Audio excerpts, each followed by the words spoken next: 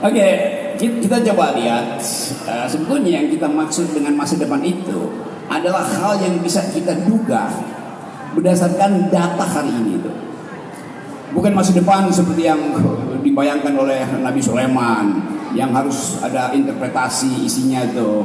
Bukan masa depan seperti yang dibayangkan oleh Ronggo Warsito yang hanya orang Jawa yang paham, bahkan Raja Jawa nggak paham. Masa depan dia sendiri dia nggak paham tuh. Atau oleh peramal Nicodemus fortune teller. Tetapi kalau kita lihat keadaan per hari ini, kita mesti ucapkan bahwa lebih banyak pesimisme daripada optimisme. Apa yang bisa kita duga dari awal akhirnya mulai terjadi, yaitu bayangkan misalnya Pak Yusri Issa Mahendra sebagai Menko Hukum, anggaran kantornya itu cuma 9 miliar. Mau bikin apa itu? Itu sama tiga kali Munas Kahmi habis uangnya. Sekali Munas Kahmi habis uang 9 miliar. Nah, ini paling tahu nih. Jadi apa yang harus kita bayangkan ke depan?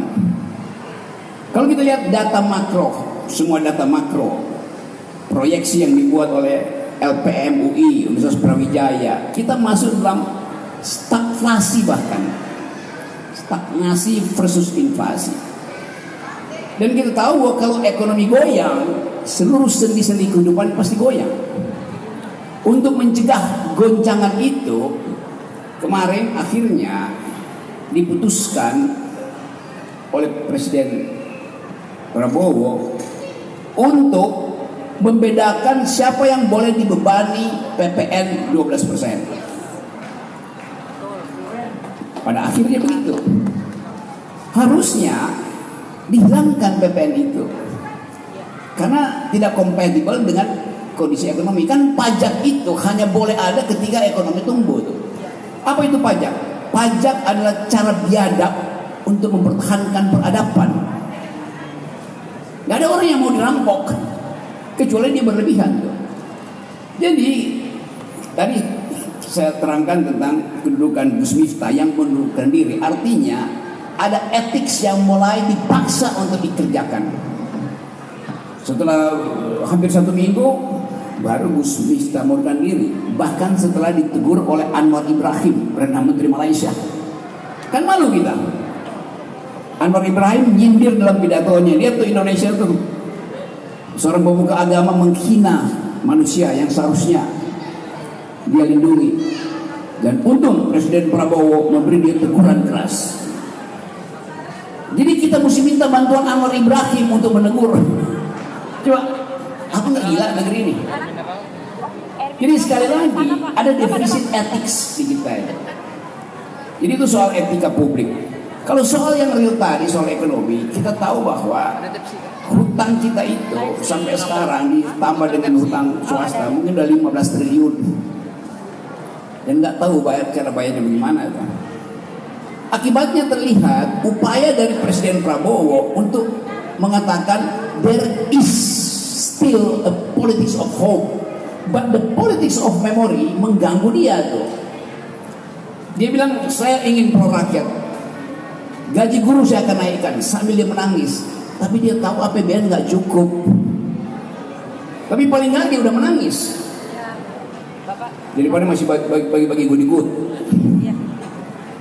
Jadi itu terlihat betul bahwa ada keinginan Prabowo untuk mengatakan bahwa saya berbeda loh dengan yang sebelumnya. Tapi dia ucapkan itu dalam bentuk bahkan pameran kebijakan. Guru naik, walaupun akhirnya setelah dibongkar ya nggak naik juga sebetulnya. Porsinya sudah ada di situ. Lalu PPN yang harusnya dibatalkan tapi dipakai formulasi PPN hanya berlaku untuk barang mewah. Bagaimana logikanya tuh PPN hanya barang mewah? Klasifikasinya apa tuh? Apakah barang mewah yang diselundupkan yang lebih banyak dari barang mewah yang legal itu kena PPN? Enggak. Yang beli barang mewah itu kebanyakan beli barang mewah selundupan. Tetapi untuk membuktikan bahwa dia pro rakyat, dia bilang 12% itu tidak berlaku bagi Kahmi dan Forhati. Kira-kira bagaimana? Padahal Kahmi di Samarinda beda dengan Kahmi di Banten kondisinya tuh. Nah, saya ulangi lagi tadi bahwa jadi fakta ekonomi itu menjadi batas dari ambisi politik itu. Kalau Pak Prabowo punya ambisi untuk menyelesaikan program infrastruktur dia itu sudah diperlihatkan bahwa Prabowo akhirnya minta Sri Mulyani untuk membatalkan proyek-proyek infrastruktur termasuk IKN. Tapi tentu agen-agen Mulyono masih minta bujuk-bujuk jangan sampai lupa orang bahwa ada IKN yang sebentar lagi jadi sarang tupai karena banyak tupai lemak-lemak di situ. Jadi kita melihat semua keinginan dari kabinet hari ini batasnya adalah APBN, itu rumusnya tuh. Nah dari segi itu kita tahu akan ada krisis besar. Kita mau cari utang untuk menutupi. Tahun depan dibutuhkan 800 triliun rupiah. Karena APBN kita mungkin udah minus. Sri Mulyani nggak mau cerita aja tuh. Ya mungkin dikasnya Sri Mulyani tinggal 100.000 rupiah tuh. Sisanya adalah nota. Tetapi dalam keadaan semacam itu harapan mesti dipakai.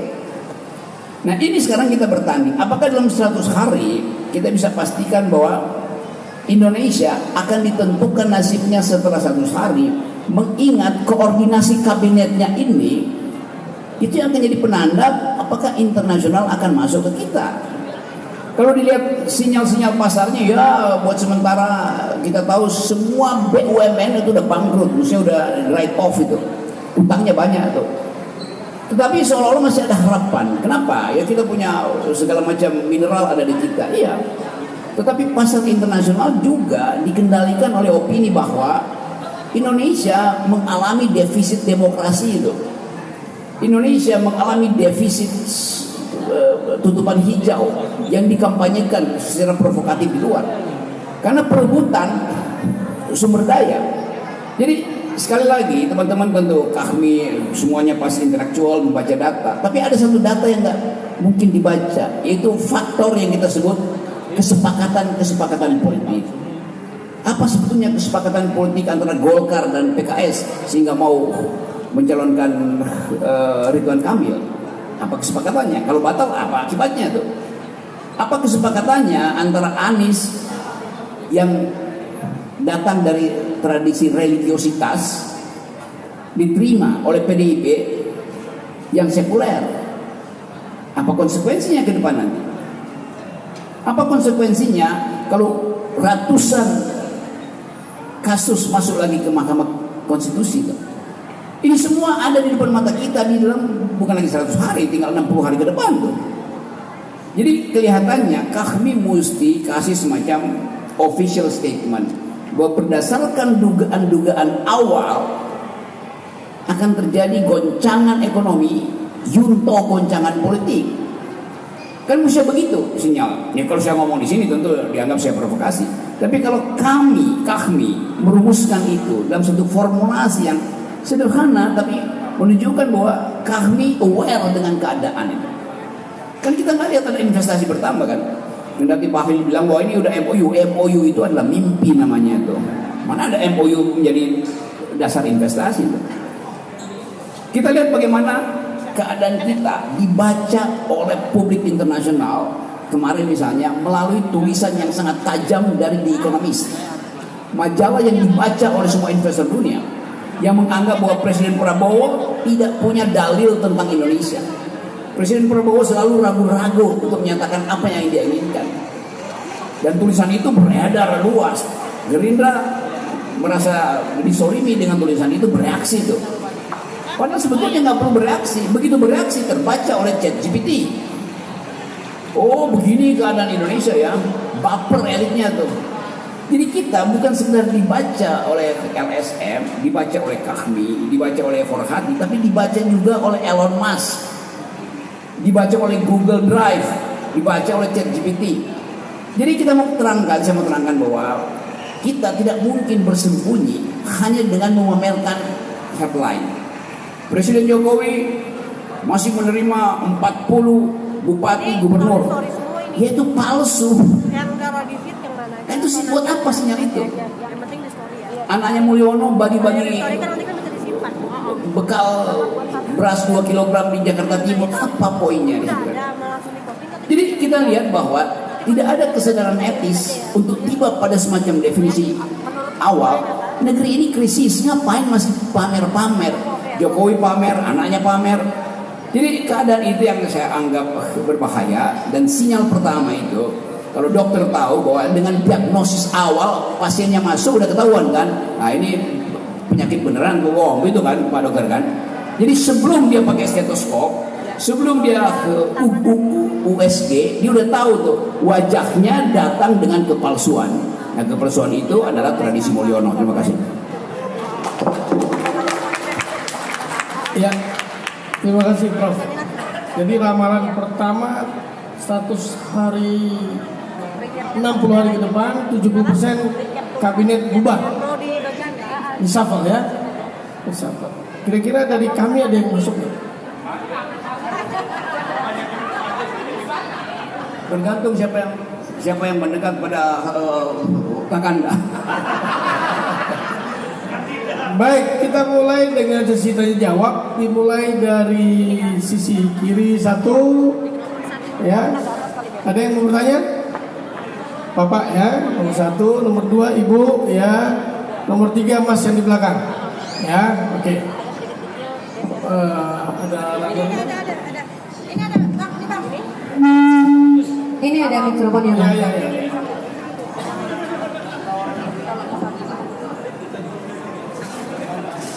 Silakan Pak, silakan Pak. Assalamualaikum warahmatullahi wabarakatuh. Kami dari Pembina Medika. Terus terang saya temanya ini menarik sehingga saya tertarik untuk mengomentari. Apalagi oleh Pak Bukti Kerum memang orangnya salah sembati, namanya Jarobi artinya memang orangnya rasional. Nah, kemudian optimis, kreatif dan insya Allah itu singkatan daripada Robi. Bapak nama siapa tadi mohon maaf? Sudirman. Ya, kata Sudirman itu punya makna Pak Robi. Artinya itu baik atau bijak, headnya itu rasional, man laki-laki, artinya laki-laki rasional dan bijak. Pak Sudirman itu? Ya. Bukan suka diarahkan mantan. Ya, kemungkinan ya mungkin itu. Sebelum saya melanjutkan, kata orang bijak, berdebat orang pintar, engkau akan dicintaimu. Berdebat orang bodoh, engkau akan dibencimu. Mudah-mudahan Pak Dok tidak membenci saya. Ya, malah ini baru ada istilah, terus terang kalau sama ikuti TikToknya kalau berdebat dengan Irma Suryani. Saya selalu memberi komentar di bawahnya, Irma Suryani lebih banyak penjelasannya daripada apa yang dipahami. Nah, ini baru ada istilah dungu setelah Bandok ini. Nah, pertanyaan ini kalau kopi bareng akal sehat, pasti ada juga kopi bareng akal dungu. Ya, akal dungu. Nah, betul, kalau saya melihat ini, mudah-mudahan ini tidak salah. Setelah Prabowo ini pelan-pelan itu akan meninggalkan Mulyono. Kenapa? Ya dulu mungkin sama dengan Megawati dengan Jokowi. Apa kata Megawati? Kejarlah aku Jokowi, engkau kubawa sebagai petugas partai. Tapi begitu berkuasa kata Jokowi, kejarlah aku Megawati, engkau kutinggalkan. Kata Megawati sakitnya di sini, yang bisa mengubah ada citata. Artinya cerita indah namun tidak tindakan. Ya, itu mungkin nanti pencerahan kepada Bang Rocky, karena terus terang kalau saya malah di TikTok itu saya selalu mengikuti. Nah, kedua, memang ada pertanyaan saya sangat menarik. Ada bertanya, kenapa Bang Rocky sekarang belum punya pasangan? Apa kata Bang Rocky? Saya belum membuka pendaftaran. Nah, terus terang ada mengatakan LGBT itu tidak itu tidak normal dan sebagainya, tidak sempurna. Justru saya terbalik, karena LGBT itu orang sempurna. Kenapa? Sekali jalan dua perasaan, laki dan perempuan. Seperti itu Pak. Saya merasa tidak sempurna, maka saya mencari pasangan untuk lebih sempurna. Sakinah mawaddah warahmah. Nah, mungkin itu ke depan ini bagaimana, karena terus terang pemuja pendukung Mulyono selalu dianggap apa yang dikatakan selalu benar. Kenapa? Seorang pemuja pendukung pasti selalu diidolakan siapa orang yang didukungnya, dipujanya.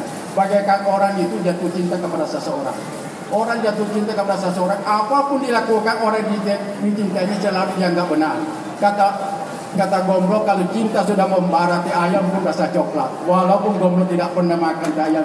Sekian, terima kasih. Wabillahi taufiq wal hidayah. Wassalamualaikum warahmatullahi wabarakatuh. Waalaikumsalam warahmatullahi wabarakatuh. Ya, Mas, yang kedua dulu, Prof ya. Yang kedua silakan. Ya. Mbaknya, Mbak ini.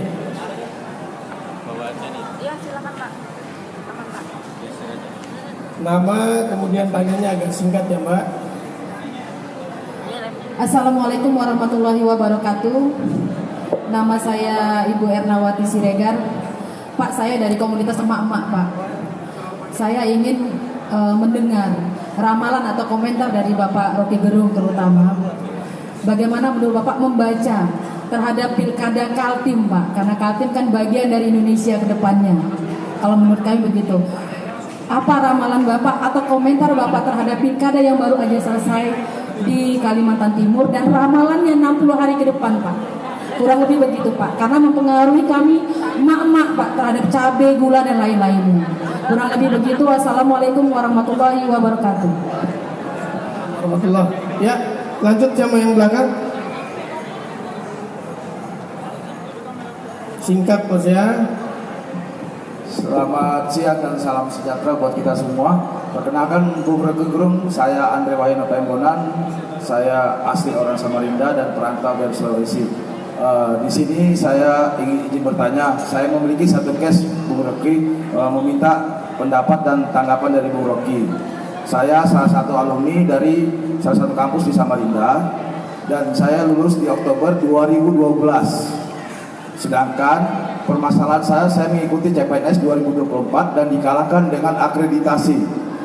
Akreditasi saya keluar di bulan Desember 2012. Saya lulus Oktober 2012 dan akreditasi keluar di Desember 2012. Saya sudah melapor ke berbagai instansi, termasuk saya mengunjungi bagian BKPSDM salah satu kabupaten di Kalimantan Timur, tetapi tetap jawabannya bersikeras sudah melewati masa sanggah dan saya digugurkan dengan alasan tidak memenuhi syarat. Menjadi pertanyaan saya, Bung Rocky, yang pertama, apakah di sini terjadi adanya dugaan pelanggaran terhadap Undang-Undang 45 Pasal 27 Ayat 2 dan pelanggaran HAM tahun 1999? Dan menurut yang kedua, menurut Bung Rocky, apakah saya bisa melalui lewat jalur apa saya melaporkan lagi? Apakah lapor Wapres? Karena saya sudah lapor Wapres, Bung Rocky, jujur, tapi contek satu. Nah, menurut Bung Rocky seperti apa? Apakah saya harus ke Jakarta? Terima kasih Bung Rocky, selamat siang. Baik, terima kasih. Prof, perlu saya ulang pertanyaannya? Nggak perlu? Pertanyaannya sederhana, kenapa Bung Rocky belum menikah? Kemudian dihubungkan lagi dengan LGBT. Jangan-jangan dia curiga Profnya LGBT lagi. Saya pastikan itu tidak Pak. Kalau soal itu saya pastikan tidak. Silakan Prof.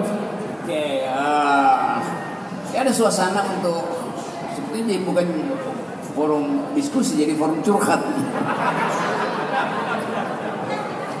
Tapi memang hanya itu yang ada di dalam benak publik Indonesia, yaitu curhat.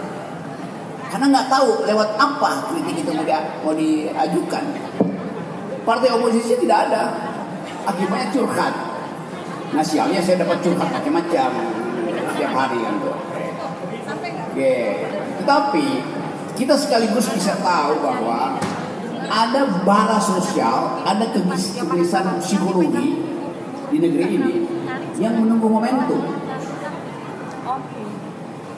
Satu teman, pertanyaannya sederhana, apakah saya didiskriminasi dan upaya untuk memperoleh gelar sebagai aparat sipil negara ASN?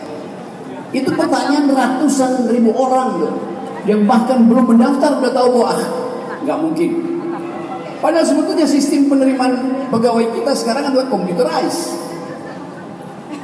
Gak akan ada problem di situ. Tapi tetap orang curiga bahwa di ujungnya ada yang kerjain pasti. Dan sangat mungkin itu terjadi. Jadi bayangkan misalnya kemampuan kita untuk percaya pada pejabat publik hilang sama sekali.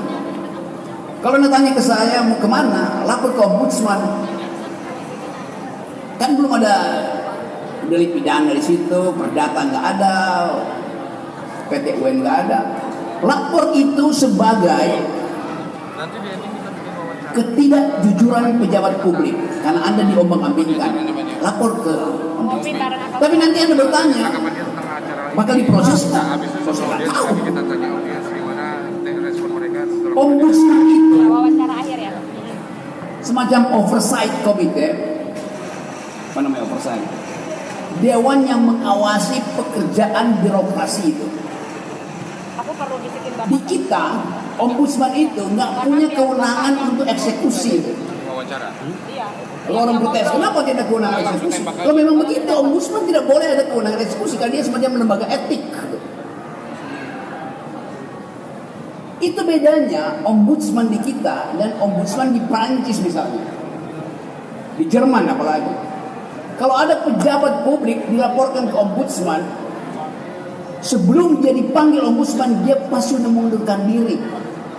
Karena dipanggil ombudsman itu memalukan. Itu seperti Anda baru menikah dipanggil mertua. Ada problem dengan uang jajanan pasar istrimu. Walaupun saya nggak punya pengalaman, tapi saya banyak dapat cerita tentang itu. Jadi lapor ke ombudsman, tapi dengan pengertian bahwa harusnya ombudsman itu mengambil masalah itu sekaligus menegur. Tapi sekali lagi kultur kita menunggu eksekusi. PT UN juga begitu. PT UN itu nggak punya kewenangan mengeksekusi. Tapi seharusnya begitu orang dipanggil oleh PT UN, pejabat negara yang dilaporkan, dia sadar sendiri. Itu yang nggak ada di kita. Yang ingin saya terangkan adalah moral public itu defisit di kita. Tapi bukan sekedar di publik, di lembaga, di ormas juga begitu, OKP juga begitu, BEM juga begitu. Saya tahu bagaimana OKP nunggu di kantor polisi amplop dari Kapolres. Buat apa? BEM juga begitu.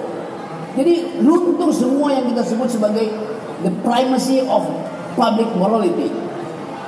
Itu problem kita. Jadi lebih baik kita coba bayangkan misalnya Forhati, Kahmi, apa yang bisa dikonsepkan untuk regain our public morality itu, mengambil kembali hak kita. Kan public morality itu, moralitas publik itu diaktifkan oleh jejaring masyarakat sosial, masyarakat sipil, bukan oleh kekuasaan. Jadi lakukan sesuatu dari Samarinda, ucapkan bahwa ada lonceng kematian moralitas publik. Lainnya begitu tuh. Pasti itu akan jadi sesuatu yang bahkan akan dibaca oleh gubernur terpilih Kalimantan Timur kan. Bukti bahwa public morality di Kalimantan Timur itu drop, golputnya hampir 50% kan di sini. Jadi keinginan untuk berpartisipasi hilang itu. Pesimisme ada di situ, bahkan apatisme itu.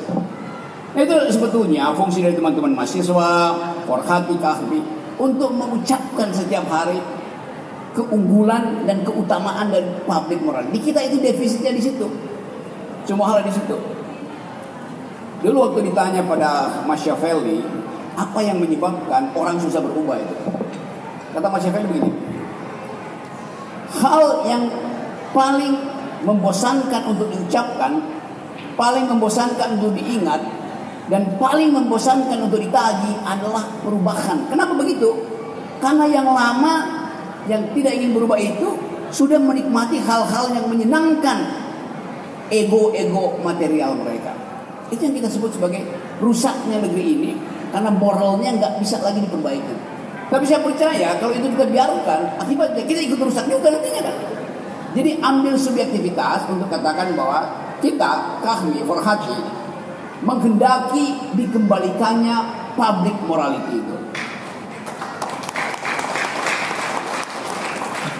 Itu tugas pertama dari kami. Dan perhati, ucapkan petisi itu di depan gubernur terpilih.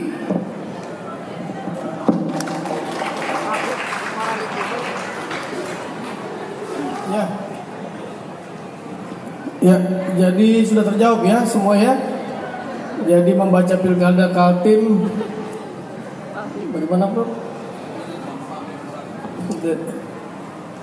Jadi pilkada Kaltim itu menunjukkan ada defisit di dalam moralitas publik itu. Terbaca melalui tadi angka golput itu tinggi itu. Tidak berpartisipasi artinya masa bodoh terhadap keadaan. Bukan dianya masa bodoh, keadaan ini membuat dia masa bodoh itu. Jadi tanggung jawab dari gubernur baru atau pemimpin baru, pulihkan rasa percaya diri itu. Karena sumber daya di Kalimantan Timur itu bahkan ya nggak ada yang bisa bayangkan bahwa kemampuan Kalimantan Timur untuk mensubsidi seluruh provinsi di Indonesia itu seperti dianugerahkan oleh alam aja. Jadi sekali lagi itu poinnya, salam buat Pak Gubernur. Dan pastikan bahwa ada hubungan, bukan sekedar hubungan emosi, hubungan etis antara ormas, terutama Kahmi dan Farhati, dengan sang gubernur, supaya tercipta semacam critical society yang memberi dia feeding terus terhadap keadaan tuh. Faktanya dia sudah terpilih kan, itu masalahnya. Dulu sama seperti dulu saya pernah usul pada teman-teman saya di istana, lu anak-anak LSM yang ada di sekitar Pak Jokowi, yang ada di KSP-nya Pak Bolo, itu teman-teman saya bilang, kalian bikin pertemuan 2 minggu sekali dengan presiden, briefing dia dengan recent ideas, recent problem, supaya Pak Presiden pada waktu itu Jokowi tahu apa yang terjadi di semua sudut Indonesia, bukan cuma dengan lembaga survei. Itu yang dilakukan dulu oleh Presiden Mitterrand dan Prancis. Setiap minggu dia undang dosen yang paling tajam kritiknya, jurnalis yang paling sinis, budayawan yang paling ngaco, diundang ke istana bicara. Itu memungkinkan dia tahu, well informed apa yang terjadi. Kalau sekarang nggak ada. Akibatnya dibayangin, Pak Prabowo nggak tahu apa yang menyebabkan menteri luar negeri yang dia unggulkan sekarang diolah-olah oleh rakyat. Apa yang menyebabkan Menteri HAM itu juga diolah oleh rakyat? Apa yang menyebabkan Menteri Desa itu dipersoalkan legitimasinya? Karena komunitas pikiran di istana itu berhenti. Jadi sekedar untuk memamerkan ini headline-nya, sementara dia nggak bisa baca keadaan di dasar hati manusia Indonesia. Itu bahaya. Kita sebut aja ada creeping uncertainties, ketidakpastian yang merangkak, yang makin lama bergerombol di pikiran kita. Karena orang Indonesia punya kemampuan mengolok-olok, satire, yang terbaca adalah olok-olok. Padahal sebetulnya itu problem ekonomi yang real. Apalagi buat emak-emak terutama. Sekarang stunting di Indonesia, saya nggak tahu di Samarinda berapa angka stunting di Samarinda. Prevalensinya berapa ya? Perhati berapa? Ya berapa persen? Perhati mesti tahu angka stunting di Kalimantan Timur berapa. Prevalensinya mungkin berapa persen? Rata-rata. Coba di, ya berapa? 18%. Artinya jauh di bawah standar, bukan, jauh di bawah rata-rata nasional sekarang yang masih berapa? 23-27%. Jadi cukup bagus stuntingnya di sini kan? Walaupun yang dituntut 15%, PBB nuntut 15%. Jadi kita di Kalimantan Timur kelebihan sebetulnya di atas rata. Kita menyumbang perbaikan itu ke nasional. Tapi kalau kita breakdown, data itu datang dari siapa itu? Data dari Departemen Kesehatan bisa beda dengan data BKKBN. Data BKKBN bisa beda dengan data BPS. Data BPS bisa beda dengan data Depdagri. Jadi dari segi data aja nggak tahu peneliti asing itu kalau ketemu saya datanya dari mana. Saya juga nggak tahu bagaimana sistem data kita. Sedang diperbaiki memang. Tetapi sekali lagi kita mesti pantau itu. Jangan-jangan yang dilaporkan adalah penggunaan anggaran. Misalnya ada di sebuah kabupaten angka stuntingnya itu tetap tinggi. Waktu ditegur Bupatinya bilang, loh ini anggarannya udah habis. Begitu dicek, anggaran itu dipakai untuk membangun pagar baru dari puskesmas. Apa urusannya pagar baru dengan menurunkan angka stunting? Jadi hal-hal itu sebetulnya. Sekarang ada problem lagi dengan makan siang gratis yang nilainya diturunkan dari 15.000 ke 10.000 sampai di bawah itu paling tinggal separuh aja lagi kan, dikutip kiri kanan. Lalu kita masih berpikir tentang bonus demografi. Per hari ini IQ orang Indonesia tinggal 78. Per hari ini setiap bayi yang lahir di Indonesia sudah berhutang 50 juta, dibebani hutang negara setiap bayi yang lahir. Stunting nasional 25%, artinya 1 dari 4 kelahiran pasti otaknya menyusut secara fisiologis. Lalu kita mau berkompetisi bonus demografi yang kita sebut masa depan, nggak ada itu. Pendapatan per kapita kita hari ini 4.500 US dollar. Kata Pak Jokowi waktu itu pendapatan kita akan naik 3 kali lipat. Anak-anak muda tenang. Oke, naik 3 kali lipat berarti 2045 pendapatan kita 3 kali 4.500. Berapa tuh? 13.500. Maka itu bonus demografi. Oh iya, kalau pendapatan anak muda di Malaysia 0, kan tolol cara berpikirnya kan. Sekarang pendapatan Malaysia udah 13.500. Jadi bonus demografi datang ke siapa? Ya datang ke anak Malaysia. Begitu Elon Musk masuk, begitu ChatGPT bikin server baru yang memungkinkan, kan yang disebut startup company yang memproses data secara besar-besaran, dia mesti dihidupkan 24 jam. Mesin engine search itu kan dibutuhkan nikel, dibutuhkan batu bara, dibutuhkan energi. Siapa yang akan mengelola itu? Dihubungkan dengan komputasi yang mereka yang otaknya bagus. Akibatnya apa? Ya anak Malaysia akan datang ke Indonesia. Kan konsekuensi begitu kan. Jadi sebetulnya potensi itu yang kita sebut masa depan kita ada, tetapi tidak ingin kita kejar karena kebohongan dari public policy kita. Mestinya buka aja bahwa bonus demografi artinya persaingan antara anak Samarinda hari ini di 2045 dan anak Kuala Lumpur hari ini di 2045. Itu namanya bonus demografi. Bukan anak Samarinda hari ini dibandingkan dengan anak Samarinda 2045. Itu namanya jeruk nanam jeruk, makan jeruk, buang jeruk. Iya. Baik, sesi yang kedua silakan. Ya, Bapak dulu nomor 1. Bapak mau nanya ya, boleh. Nomor 2 Bapak, nomor 3 wanita. 3 harus ada perempuan, 1 ada yang Ibu ya. Jadi dimulai dari Bapak nanti ya Pak. Nomor 1 ya, silakan. Nama singkat Pak ya. Assalamualaikum warahmatullahi wabarakatuh. Nama saya Labia. Saya sekretaris umum kami Samarinda.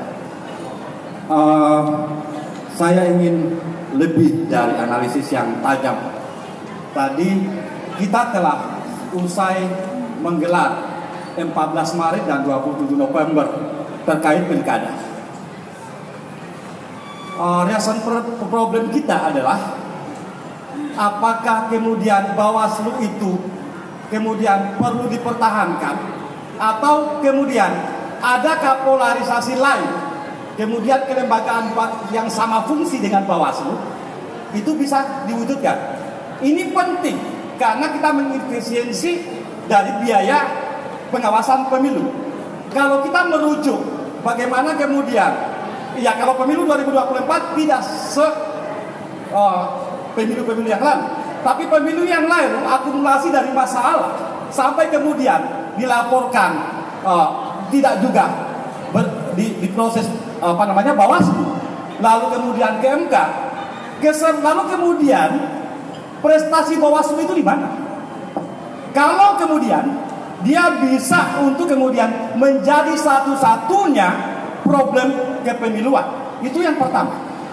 Yang kedua, kita ingin membaca masa depan Indonesia dengan harapan bagaimana kemudian seluruh struktur kita itu semakin efisien. Jika pembiayaan itu tinggi dari seluruh personil yang ada dari penyelenggara negara, ini tentu problem. barangkali itu yang saya ingin pancing suasana ini agar kemudian bisa kita eksplor lebih banyak. Billahi taufiq wal hidayah. Assalamualaikum warahmatullahi wabarakatuh. Ya, Waalaikumsalam. Silakan Pak. Selamat siang Bung Rocky. Setahun lalu kita nyanyi bareng tadian oligarki di kafenya Bang Diki. Saya sekarang akan bertanya Pak. Pertanyaan saya singkat aja. Saya menyoroti 2 proyek strategi nasional, yaitu IKN Nusantara sama PIK 2 Pantai Indah Kapuk yang baru-baru ini ramai.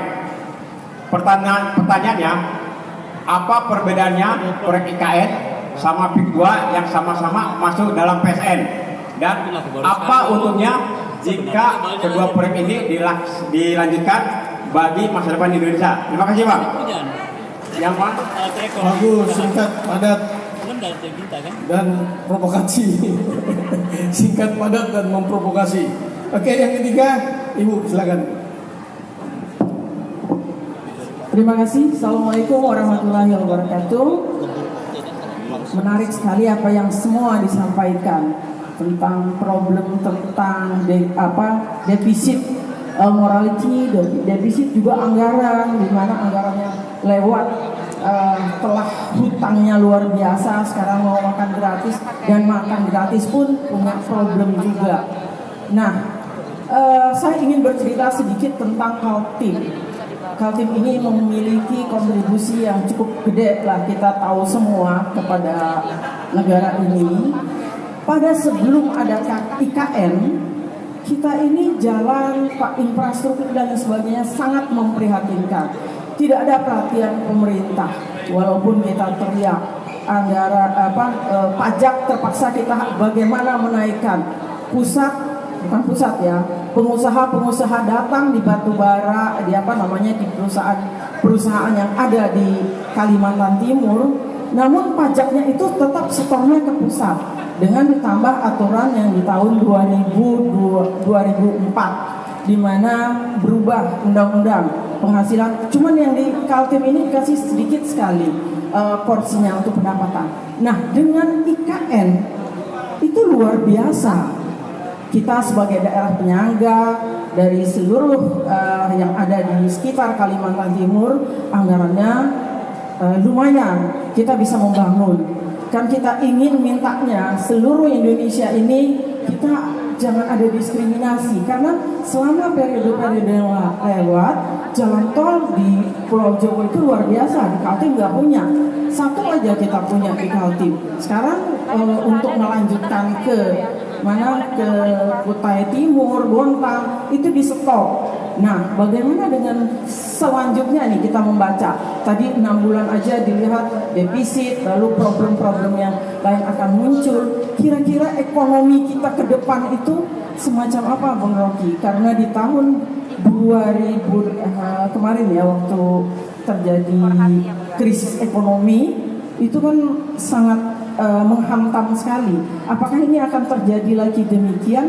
Bagaimana kelanjutannya dan apa yang harus kita lakukan mengenai tentang tadi defisit morality? Apa yang kita harus lakukan? Karena sementara ini katanya dari TK harus buat sekolah-sekolah TK yang bagus agar moralnya bagus. Apakah ini menjamin gitu dengan harga biaya yang tinggi, sedangkan kemampuan orang tua juga tidak semua bisa untuk membayar. Nah, ini problem besar bagi masyarakat kita, apalagi berbicara prediksinya sangat mengerikan begitu. Mungkin itu saja. Terima kasih. Billahi taufiq wal hidayah. Wassalamualaikum warahmatullahi wabarakatuh. Silakan Prof. Bawaslu perlu kita ganti nggak, Prof?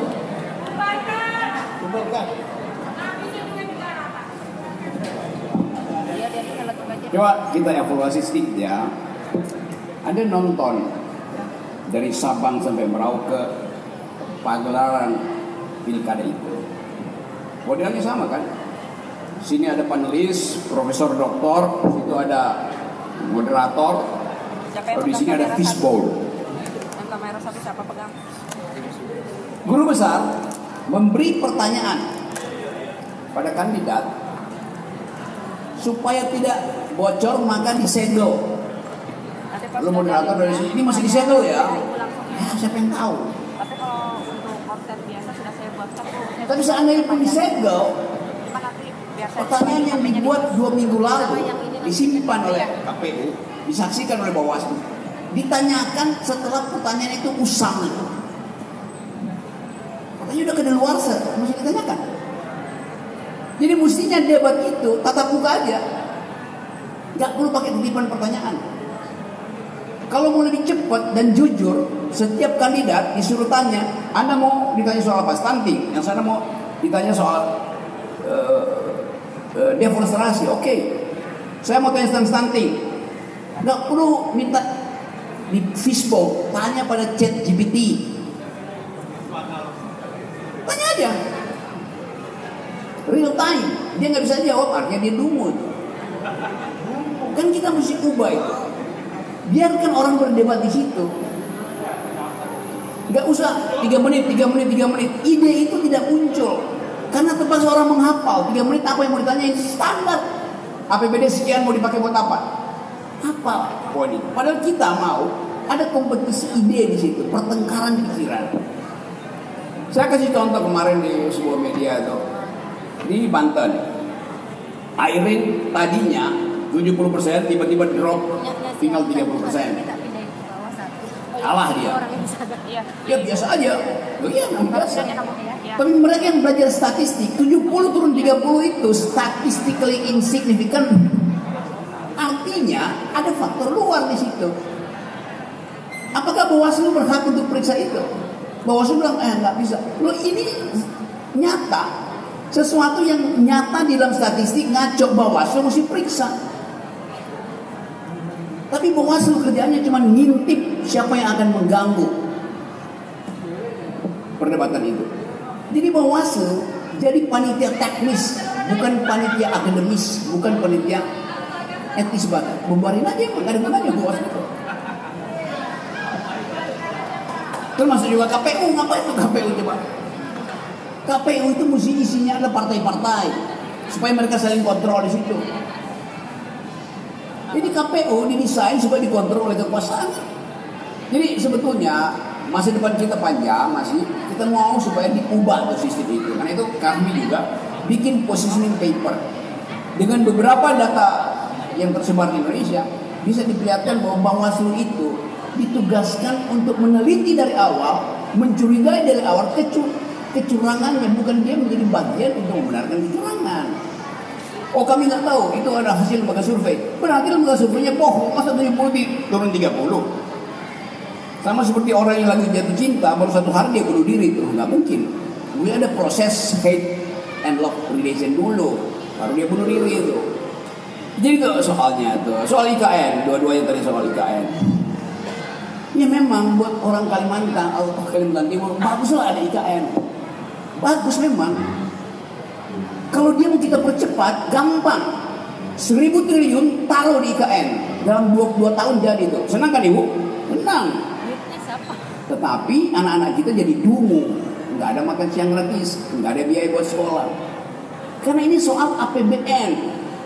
Sifatnya seperti hukum Archimedes, ditekan di sini, naik di sini, tekan naik di sini itu. APBN kita cuma segitu, yang mesti dibagi. Jadi mesti dipilih. Apakah Prabowo akan meneruskan jalan pikiran Mulyono bahwa lebih baik perpanjang jalan tol daripada perpanjang jalan pikiran? Pilih aja dia. Jadi itu ada pilihan yang mesti dibuat. Lain kalau kita ikuti desain awal IKN yang diterangkan dengan bagus oleh Pak Jokowi. Kalian masyarakat tidak perlu khawatir, tidak akan diambil dari pajak rakyat, tidak dari APBN, akan ada investor asing. Sekarang tuh 0. Itu masalahnya kan? Kan mestinya tanya pada saya yang bayar. Lo itu kan punya Kalimantan Timur, iya, tapi saya membayar kan dari pajak saya juga. Saya membayar pajak supaya di dalam otak saya, tetangga saya nggak pernah sekolah itu bisa sekolah gratis. Saudara saya yang terlantar di daerah-daerah termiskin bisa dapat jaminan asuransi oleh negara. Saya bayar pajak demi itu. Jokowi nggak tanya ke saya, pajak saya untuk kesehatan anak-anak di Lembata, pajak saya untuk menjamin pendidikan anak-anak di Bojongkoneng dipakai oleh negara untuk bikin IKN. Kenapa nggak minta izin ke saya? Minta izin ke kalian? Enggak minta izin. Jadi itu yang kita sebut pertanggungjawaban moral itu tidak ada. Karena Pak Jokowi panik, ya udah pakai APBN akhirnya kan, yang bukan di dalam perjanjian awal. Itu melanggar prinsip kesetaraan di dalam diskriminatif. Jadi sekali lagi memang itu beban dari masalah. Saya bilang tadi itu ada politics of memory, tapi mesti ada politics of memory. Jadi sekali lagi kritik itu harus diucapkan, dan ucapan kritik harus di dalam kemampuan membaca blocking persoalan itu. Kalau kita pro di sini nggak mungkin. Kita pro di sini mesti kritik di sini. Kita pro artinya di sini benar, kalau yang salah nggak ada, nggak mungkin. Kebijakan selalu ada bagian salah, ada bagian benarnya. Nah, orang tanya pada saya, kenapa saya selalu memberi kritik? Lebih baik masuk aja ke dalam kekuasaan. Oh bagus aja, saya bilang oke. Saya masuk dalam kekuasaan untuk memperbaiki. Sekarang gantikan saya untuk bicara di depan kami, di depan Porhati. Dia mau. Kita konyol cara berpikirnya kan. Jadi saya memilih untuk jadi tukang kritik. Pak Rocky kasih solusi dong. Saya milih jadi tukang kritik, bukan tukang kasih solusi. Beda. Kan gitu dasarnya. Jadi itu pun cara kita melihat sebetulnya. Nah, tanpa kritik tidak ada perbaikan. Ya, sesi ketiga, silakan Pak. Bapak nomor 1, nomor 2, ya Bapak. 3 wanita lagi. Iya Pak, ya 3. Silakan Pak. Kita percepat ya biar bisa banyak semua yang nanya. Assalamualaikum warahmatullahi wabarakatuh. Ya, saya merujuk dari judul ya, tema diskusi sore ini, refleksi akhir tahun, upaya membaca Indonesia ke depan. Saya mencoba untuk minta pendapat dari Bung Rocky terkait dengan membaca Indonesia ke depan dalam kaitannya dengan Undang-Undang Omnibus Law, ya Undang-Undang nomor 2 kemudian diganti dengan Undang-Undang nomor 6 tahun 2023. Di undang-undang itu memang sudah dikunci, banyak hal dikunci. Setidaknya undang-undang itu mengakomodir 60-an undang-undang lainnya, ya 60 undang-undang, dan hampir semua klausul dalam pasal itu, pasalnya itu sama sekali tidak berpihak kepada kepentingan rakyat. Dan undang itu yang kemudian dijalankan oleh Pak Prabowo saat ini. Karena itu sudah diskenario habis oleh Mulyono, kalau bilang tadi bahwa ada Mulyono yang men-setting semuanya sehingga Pak Prabowo tinggal menjalankan undang-undang itu. Ya satu, yang kedua. Yang kedua, di ujung zamannya Mulyono ada terbit Undang-Undang nomor 1 tahun 2023. Kita kenal dengan Undang-Undang KUHP yang juga sebentar lagi akan dilaksanakan per Januari 2025. Nah, kedua undang-undang ini bahkan ada 3 undang-undang, ada Undang-Undang Omnibus Law Kesehatan. Nah, itu belum dijalankan ya, akan dijalankan tapi belum dirasakan dampaknya oleh masyarakat. Kalau Undang-Undang Omnibus Law Ketenagakerjaan sudah berdampak, ya sudah berdampak. Ada izin IMB menjadi PBG misalnya, yang konsultannya dibayar sangat mahal sekali, bahkan di Kaltim itu menembus di angka 60-an juta. Jadi orang membangun rumah, ya membangun rumah sekarang untuk mendapat IMB atau izin PBG ya, PBG namanya, itu harus diproduk oleh konsultan, dan itu angka konsultasinya itu menembus di angka 60-an juta. Kalau Tenggarong 80 juta. Samarinda berkisar antara 35 sampai 50. Sangat besar sekali. Jadi kalau ada orang yang membangun rumah saat ini, sebelum bangun biaya sudah besar sekali, dan itu tidak menguntungkan masyarakat. Pertanyaan saya, itu satu pertanyaan saya. Mungkinkah Pak Prabowo itu merubah atau meniadakan undang-undang yang saat ini dikesankan ya, bahkan berdampak pada menghimpit kehidupan masyarakat Indonesia khususnya? Pertama itu Pak. Yang kedua, saya tertarik dengan ada komentar dari Pak Prabowo ketika dia membuka satu kegiatan Muhammadiyah di NTT.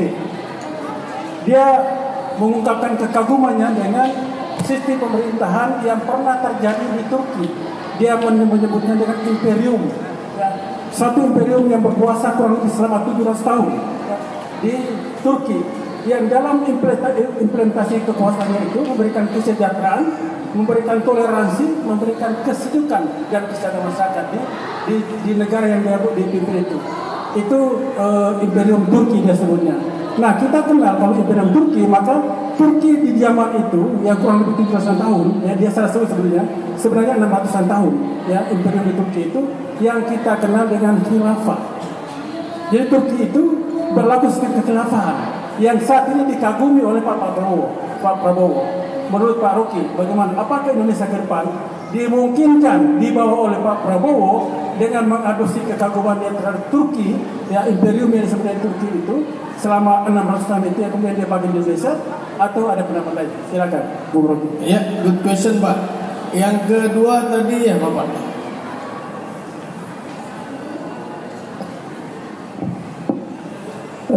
Bismillah Bang Rocky. Yang pertama saya melihat tadi mengamati izin nama Nasrul perwakilan dari guru di Samarinda. Yang pertama saya melihat satu kesederhanaan yang luar biasa yang ini saya sendiri memang agak tertegun. Yang pertama saya diam-diam memang coba melihat gestur Bang Rocky dari datang tadi sampai ada di atas panggung. Ada beberapa hal yang saya menusuk bagi saya. Di antaranya adalah cara minum Bang Rocky ini sesuatu yang keren bagi saya. Karena yang saya tahu, ya ini kalau kita lihat sunnah Rasulullah itu salah satunya adalah itu baru tidak langsung habis, tapi beliau sekali-sekali. Kemudian yang kedua, terlebih dahulu beliau tadi ini mencium aroma kopi ini. Apakah ada sianida atau tidak begitu, sehingga ada kekhasan barangkali yang mungkin ini bisa ditampilkan secara tidak langsung. Oleh karenanya saya mewakili daripada guru, mungkin sekiranya diizinkan, ya mohon bisa memberikan sedikit petuah terkait kesederhanaan, karena dalam kesederhanaan itu ada kejujuran. Itu yang pertama. Yang kedua, yang lagi ramai kan sekarang janji politik dari Presiden daripada Prabowo terkait tentang kenaikan gaji untuk guru. Tapi pertanyaannya adalah Bang Rocky, belakang ini kita memperoleh kabar bahwa yang dapat itu adalah teman-teman ASN, kemudian P3K, kemudian teman-teman yang sudah sertifikasi punya impasing. Pertanyaannya adalah, wabil khusus wilayah Samarinda ini Bang Rocky, untuk sekolah ini termasuk Pak Mus, rekan kita di SMK, beliau ini perjuangan kita luar biasa Bang Rocky. Untuk insentif aja kami harus turun gunung dengan beliau. Untuk pemerintah provinsi hanya mengalokasikan 1 juta untuk SMA. Akhirnya itu tertunda juga. Pertanyaannya adalah begini Bang Rocky, ini kan sekolah ini ada sekolah negeri, ada sekolah swasta, ada madrasah. Yang kita prihatin adalah guru-guru honor ini yang tidak tersentuh sebenarnya.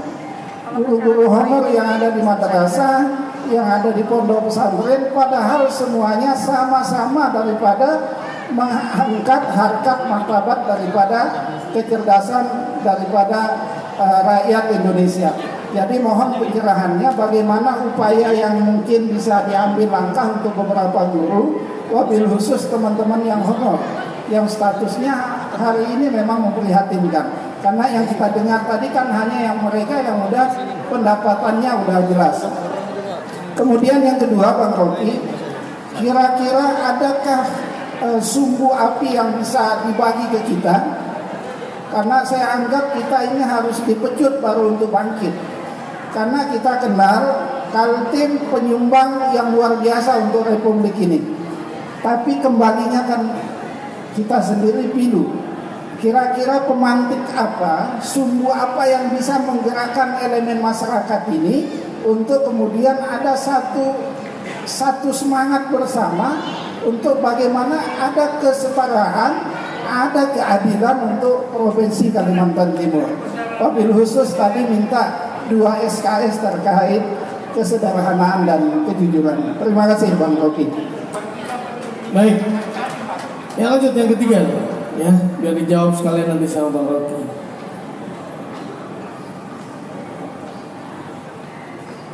Oke, assalamualaikum warahmatullahi wabarakatuh.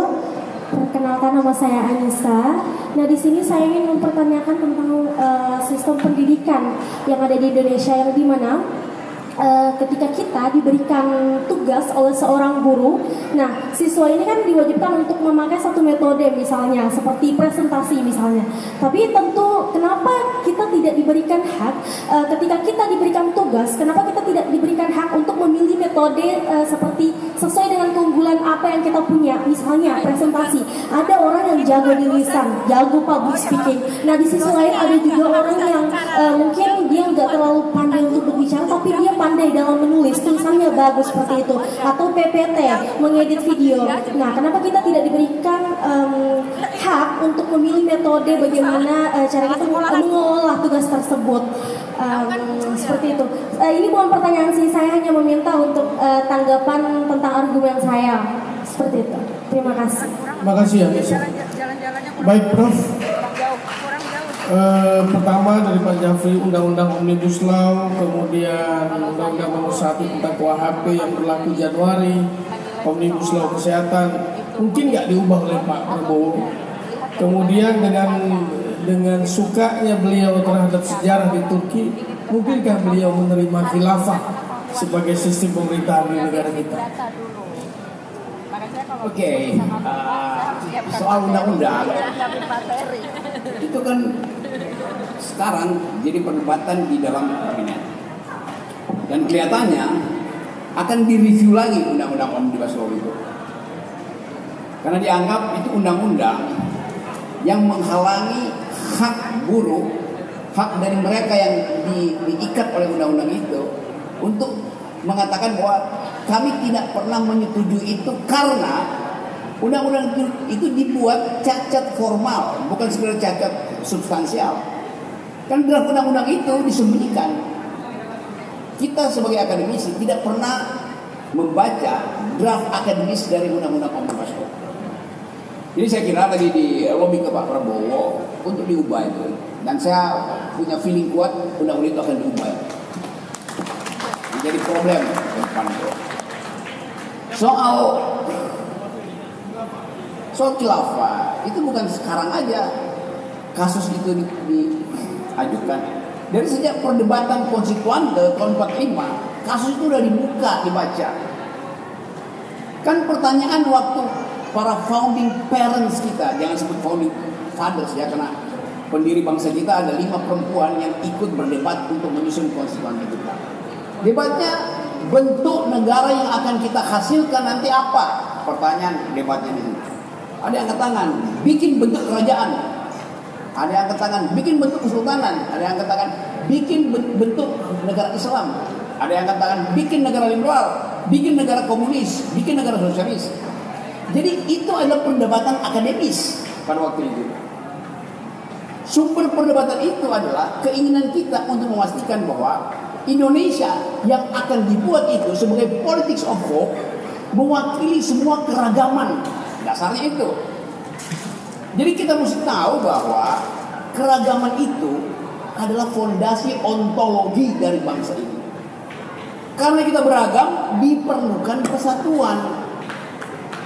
Lalu mau lihat balik, demi persatuan tidak boleh ada perbedaan. Apa nggak tolol? Kan itu yang mengakibatkan tidak ada lagi oposisi. Bahkan untuk membahas proposal, apa bisa nggak kita ulangi kejayaan Turki? Ya bisa aja, tetapi mesti ada perdebatan akademis tentang itu. Itu yang nggak ada. Saya setuju aja, mau bikin apa negara komunis, ikut Cina tuh. Apakah Cina negara komunis? Bukan. Dia dipimpin oleh partai komunis. Tapi provinsi-provinsi yang hidup itulah pasar liberal, market society, supaya kompetisinya jalan tuh. Tapi ideologinya tetap di ujungnya negara yang menentukan arah. Tetapi untuk menimbulkan gairah memproduksi, pasar bebas ada di provinsi itu yang kita sebut agen-agen partai komunis itu adalah pengusaha-pengusaha kapitalis. Itu pilihan setelah Cina selama 70 tahun menguji dalilnya. Setiap kali ada potensi untuk mengatakan market itu tidak harus kapitalis, bisa juga market itu sosialistis, bisa. Idenya tetap market. Efisiensi hanya ditumbuhkan kalau kita tahu berapa kebutuhan distribusi, berapa kebutuhan supply, berapa permintaan kita. Diperlukan sinyal market. Tetapi istilah tentang kesejahteraan itu bukan urusan market, itu pemerintah yang menentukan. Sejahtera buat siapa? Whose justice, which rationality? Nah ini pertanyaan-pertanyaan yang ditutup sepanjang Mulyono berkuasa. Nah sekarang itu dibuka lagi, orang boleh bicara tentang negara Islam, tentang negara agama atau negara apapun. Yang penting ada masyarakat yang argumentatif. Untuk mencapai itu diperlukan argumentatif society. Kami, Forhati bagian dari argumentatif society. Saya perlu dalilkan sesuatu. Sejarah hanya menolong kita untuk memberi contoh. Sekarang misalnya, kalau Anda ingin tahu apa perkembangan terakhir dari sistem ekonomi dunia, setiap tahun minta diundang ke Davos. Di situ ada yang namanya World Economic Forum, tempat para kapitalis berkumpul untuk menentukan masa depan dunia itu. Semua CEO terbaik, pemilik kapital, dari Elon Musk sampai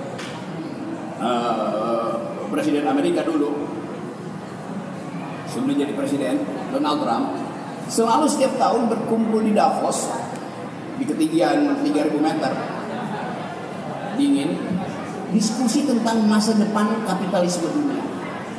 Forum itu didesain dari tahun 50 oleh seorang Jerman, namanya Klaus Schwab.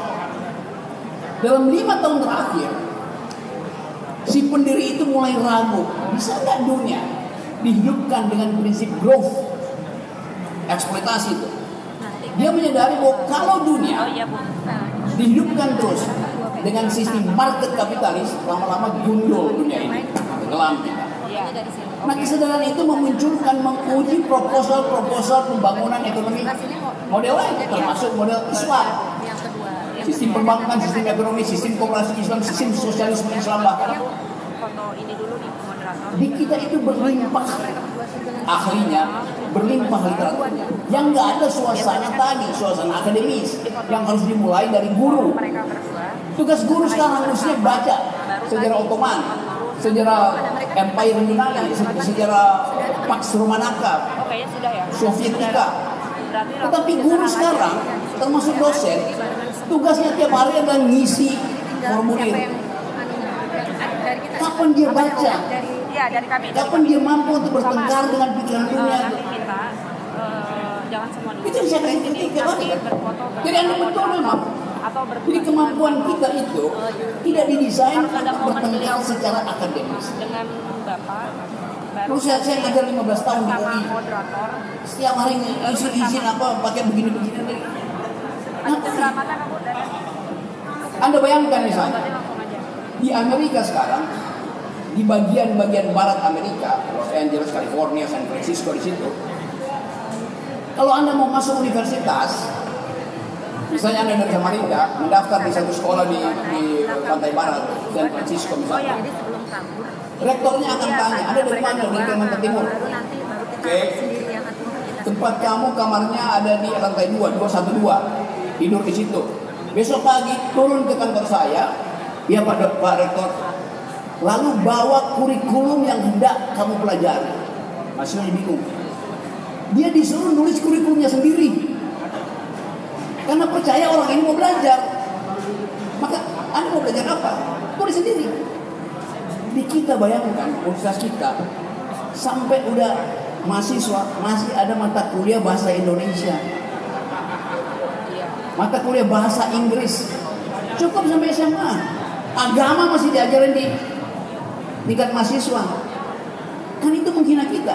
Mengajarkan agama pada mahasiswa artinya menganggap sampai SMA dia tidak beragama. Kan kacau. Buang anggaran segala macam.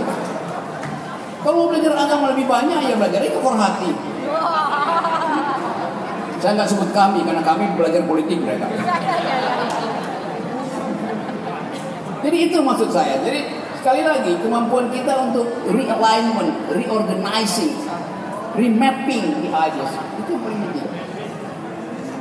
Jadi saya balikkan lagi tadi pada termasuk siapa tadi bertanya terakhir soal apa tadi? Ya, soal metode pengajaran. Anissa tadi. Jadi ini pertanyaan seorang perempuan yang gelisah dengan cara dia meriset. Riset itu dasarnya adalah metodologi. Metodologi kita itu metodologi laki-laki semua. Rasionalitas, konsistensi. Padahal ada yang disebut feminist methodology. Metodologi feminis yang basisnya adalah ethics of care. Perempuan itu kalau lagi nulis skripsi tentang keadilan misalnya, nggak usah diajarin teori John Rawls, teori John Locke, teori John Mulyono, apalagi. Karena perempuan begitu dia mengandung, dia sudah mampu untuk mendistribusikan nutrisinya pada bayinya. Dia mampu, yes. Distribusi itulah teori keadilan pertama. Dia mendistribusikan oksigen pada bayinya. Kecemasan dia bagi dengan bayinya. Detak jantung ibu dan bayi itu sama. Apa yang pakai USG? USG itu punya kapitalis, kecuali ada kelainan. Jadi rahim perempuan itu dari awal dari rahim keadilan. Itu dasarnya. Metodologinya bertumpu di situ. Kalau Anda belajar tentang feminis metodologi, itu namanya standpoint metodologi. Standpoint artinya poinnya udah berdiri dari awal sejak rahimnya ada. Kita semua lahir dari rahim perempuan, diajarkan di dalam rahim itu. Setiap malam ada 19,5 juta manusia Indonesia tidur dengan perut kosong. Siapa mereka? 90% adalah perempuan.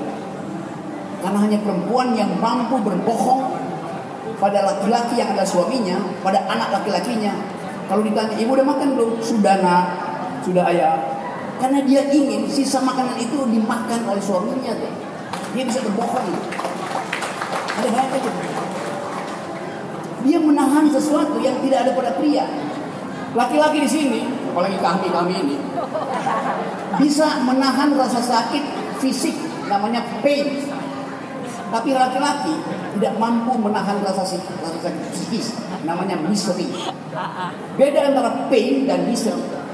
Pain itu ditonjok sakit, misery itu ada di batin. Pada perempuan. Setiap pagi, mak-mak itu buka dompetnya tinggal 20.000. Dan dia membayangkan 20.000 ini mesti jajan 2 hari lagi bagi anaknya di PAUD. Sementara Omnibus Law membuat suaminya itu di PHK tanpa pesangon.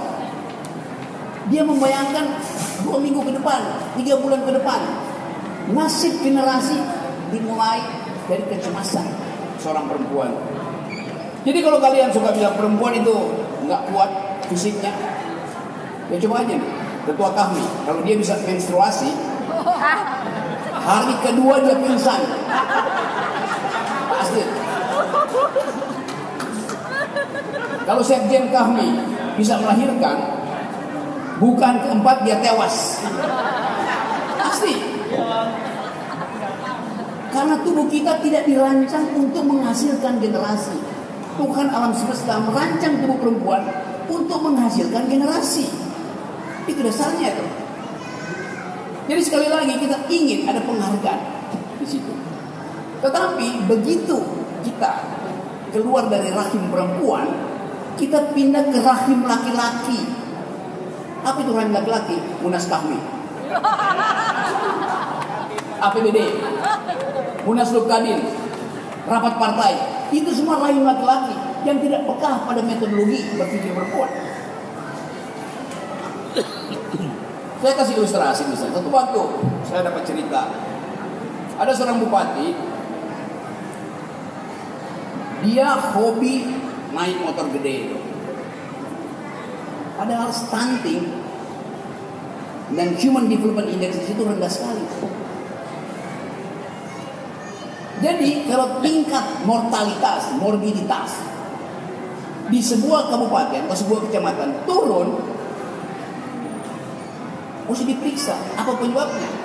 Bukan karena ibunya malas ke puskesmas, tapi karena antibiotik untuk membeli obat udah dipakai sama di bupati untuk beli Pertamax motor gedenya.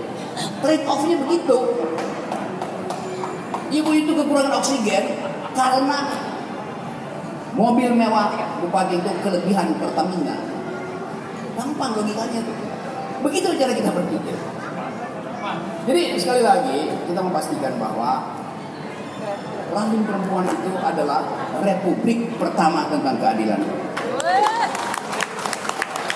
Pak Guru sudah terjawab belum? Beliau tanya apa yang bisa men-trigger motivasi mereka, Prof. Kalau Anda memilih jadi guru, dari awal Anda ingin jujur. Saya guru, saya dosen. Karena itu saya terhina setiap kali lihat tagline dari KPK. Berani jujur itu hebat. Itu kurang ajar. Ustadz itu dari awal jujur. Anak fakultas hukum semester 4 dari awal ingin jadi hakim karena dia ingin jujur. Semua guru ingin jujur. Ngapain ditulis berani jujur itu hebat? Biasa aja jujur itu. Jadi Anda lihat begitu kita kehilangan narasi, sehingga kita pakai sesuatu yang biasa. Berani jujur hebat. Apa poinnya di situ? Nggak ada poin apa-apa. Nah prinsip itu yang tidak kita ubah. Akhirnya terjadi kebalikannya itu. Karena dianggap berani jujur itu hebat, hal yang biasa aja. Murid kemudian mengakali guru. Akhirnya begitu kan? Untuk menguji, jujur nggak si guru? Ngapain murid mengakali si guru? Yang terjadi adalah murid kencing berdiri, guru kencing berlari. Guru kencing berlari, murid mengencingi guru. Itu yang terjadi sekarang. Jadi dari awal ethical problem kita adalah kepastian mana sebetulnya yang disebut sebagai the rule of golden thumb itu, yaitu honesty. Kejujuran itu adalah dasar kita bernegara dari awal. Jadi sekali lagi kita ingin pastikan bahwa kita membiasakan murid itu sebagai teman berpikir kita dari zaman dia boleh tahu literasi. Kamu murid iya, tapi kamu teman berpikir saya. Itu yang saya mau terangkan sekarang. Jadikan murid itu, suruh dia menggeleng kalau kalian lagi mengajar. Gak sopan, sangat sopan menggeleng. Murid yang manggut-manggut, dia akan jadi koruptor nanti. Karena dia tidak mau mempersoalkan sesuatu, dia cuma tunggu perintah. Jadi teman-teman mahasiswa, Anda juga harus biasakan di ruang kelas ketika dosenmu lagi mengajar menggeleng aja. Enggak, salah, bego, dungu, tolol. Sampai Anda tahu bahwa dia benar. Itu namanya dialektika, itu namanya didaktika. Kan kita ingin asah otak manusia itu. Otak anak itu sudah terbuka, namanya aletheia, menyatakan diri untuk bertengkar. Jadi asal anak-anak itu di dalam pertengkaran pikiran. Yang sering saya sebutkan, beri mereka kesempatan berargumen supaya sentimennya disingkirkan. Kalau kita lihat misalnya mimbar-mimbar akademis itu, ada mimbar taruh di sini. Mimbar akademis itu bukan mimbarnya profesor atau guru besar atau dosen. Itu mimbar dari semua sivitas akademika. Mau dia mahasiswa tingkat 1, mau dia alumni, mau dia guru besar. Mimbar itu dipakai oleh mereka yang punya dalil. Intinya itu. Ini tesis saya, ini dalil saya. Saya mau ucapkan itu di mimbar akademis. Ditanya sama guru besar, dosennya, Anda lulusan? Enggak, saya baru tingkat 2. Profesor yang tadi, yang sederhana, dia akan beri kesempatan, silakan nak, pakai mimbar ini, terangkan dalilnya. Itu namanya kejujuran berpikir. Sering kali saya diundang di dalam forum disertasi. Satu waktu saya iseng di UI, saya angkat tangan. Saya diundang sebagai tamu bukan penguji. Saya angkat tangan. Saya mau bertanya, saya mau kasih pendapat. Forum guru besar bilang, tidak boleh Anda. Kenapa? Anda bukan penguji. Oke. Jadi saya apa di sini, penonton? Setiap orang yang diundang di dalam forum akademis, apalagi ujian dokter berhak menanyakan pada provenda atau provendus, termasuk pada pengujinya, karena itu adalah lingkungan akademis. Kalau begitu ngapain undang saya? Jadi buat apa? Kita menonton itu supaya ada pihak ketiga yang menguji dua belah pihak itu. Itu yang mengakibatkan Bahlil sekarang di sidang. Kan nggak tahu. Kalau sekarang di sidang misalnya, saya tanya, yang salah siapa? Pengujinya bilang Bahlil yang salah. Saya tanya Bahlil siapa yang salah? Pengujinya. Mestinya pihak ketiga yang menyaksikan perdebatan di ruang sidang itu dan kasih poin itu. Jadi kacau. Ya sekali lagi biasakan murid-muridku menggeleng padamu. Dia menggeleng tanda dia kritis.